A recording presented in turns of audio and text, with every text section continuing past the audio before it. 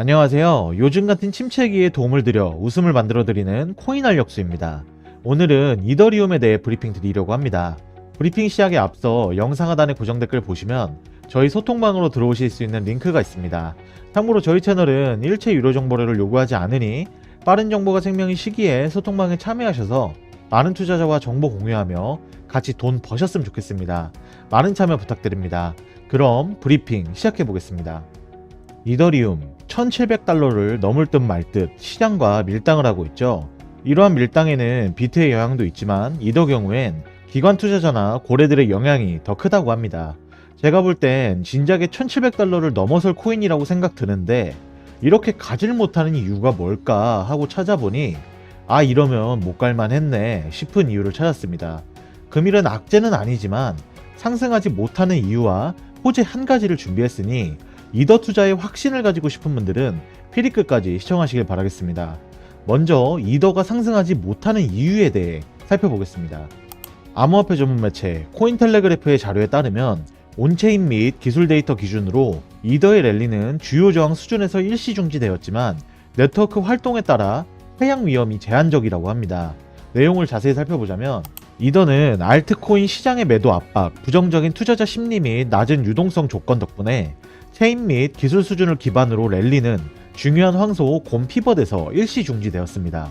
글래스노드의 상대 미실현 손실 지표를 보자면 이더 보유자의 장부 손실 규모를 측정한 모습인데 주황색 선은 강세장 중심선을 나타내며 이 수준 이상의 통합은 약세 추세를 의미하고 그 반대도 마찬가지입니다.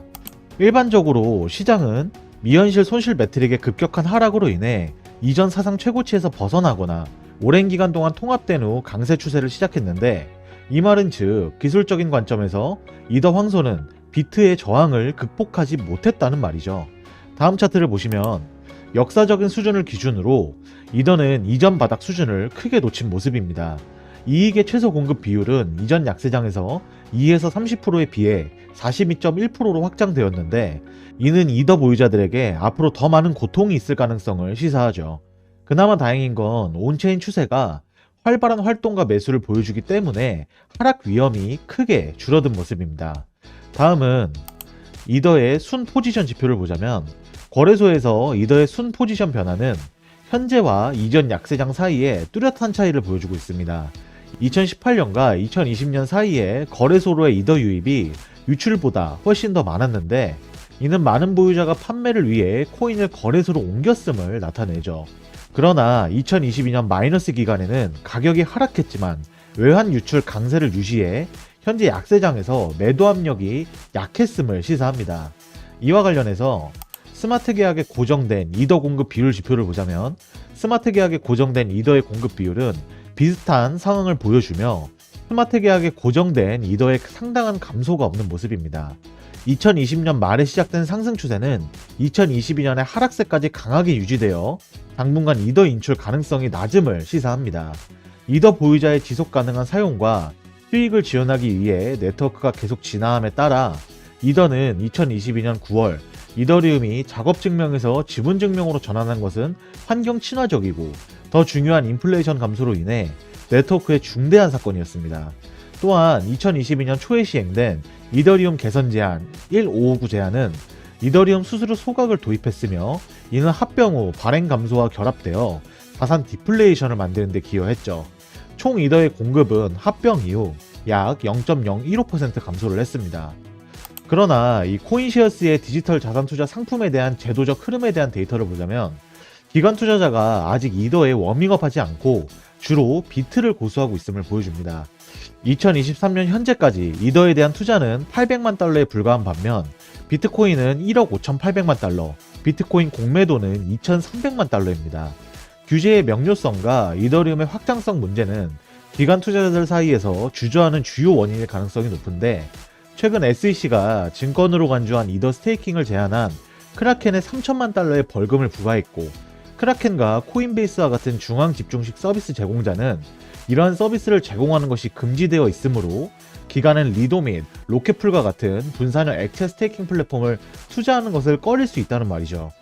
또한 이더리움의 높은 가스 요금은 대량 채택을 제한하는 장기적인 과제로 남아있고 이더리움의 ERC20 자산에 대한 평균 전송 수수료는 2에서 5달러 사이이며 간단한 수합 비용은 약 5에서 20달러인 만큼 이더리움 수수료는 다른 체인 및 중앙 집중식 교환 수수료에 비해 상당히 높은 편이죠. 레이어2 공간에서 개발이 진행되는 동안 기관 투자자는 암호화 공간의 개발을 분석하면서 기다리고 보는 모드, 즉 관망만 하고 있을 가능성이 높다는 뜻입니다.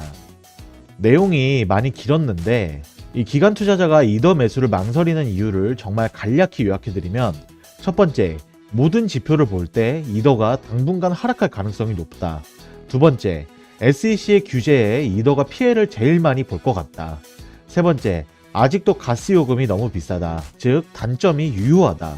이렇게 세 가지 이유로 기관 투자자가 관망 모드를 하고 있는 것으로 보입니다. 그래서 1700달러를 뚫지 못하고 시장의 영향만 받고 있는 것이죠. 하지만 이러한 세 가지 이유를 제외하고선 이더가 상승할 수 있는 조건이 여러 개 나왔는데, 먼저 첫 번째는 어제 비체인 브리핑 해드릴 때 언급한 홍콩증권선물위원회 SFC의 발표 내용입니다. 어제 브리핑 해드린 내용이니 간략히 요약해드리면, SFC가 가상자산 거래 플랫폼에 대한 제한된 규칙을 발표하고 대중의 의견을 구하고 있습니다. 특히 SFC는 시가총액이 큰 비트 이더를 먼저 거래 제한을 풀 예정이라고 언급했기에 다시 중국머니가 시장에 돌아올 예정이죠. 그래서 이더의 상승은 규제가 완화의 방향성에 따라 크게 바뀔 것이라 보고 있고, 이러한 호재와 더불어 최근 이더의 선물 포지션이 꽤나 긍정적인 모습으로 나오고 있다고 합니다. 이와 관련해 레이버터스의 차트를 인용해보자면 이더 선물은 레버리지 롱에 대한 더 높은 수요를 보이고 있습니다. 이더 선물 프리미엄이 4% 인계값을 초과한 후 파생상품 거래자들이 더 이상 중립에서 약세를 보이지 않는다는 것을 보여주고 있는데, 더 중요한 것은 이더가 2월 21일 1700달러 지원을 유지하지 못한 상황에서도 회복력을 보여주고 있다는 겁니다. 레버리지 숏에 대한 수요 감소가 긍정적인 가격 조치에 대한 기대로 해석되는 것은 아니지만, 트레이더는 이더의 옵션 시장을 분석하여 고래와 시장 조성자가 미래의 가격 변동 확률을 어떻게 책정하는지 이해해야 한다는 것이죠. 다음 차트를 보시면 옵션 위험 지표는 약세 정서에서 멀어지고 있습니다. 25% 델타 스큐는 마켓메이커와 차익거래 데스크가 상방 또는 하방 보호를 위해 과대 청구할 때 알려주는 신호인데, 약세장에서 옵션 투자자들은 가격 폭락에 대해 더 높은 배당률을 부여하여 스큐 지표가 10% 이상 상승하도록 하죠. 반면 강세장에서는 스큐 메트릭이 마이너스 10% 미만이 되는 경향이 있는데, 이는 약세 풋 옵션의 수요가 적다는 것을 의미합니다.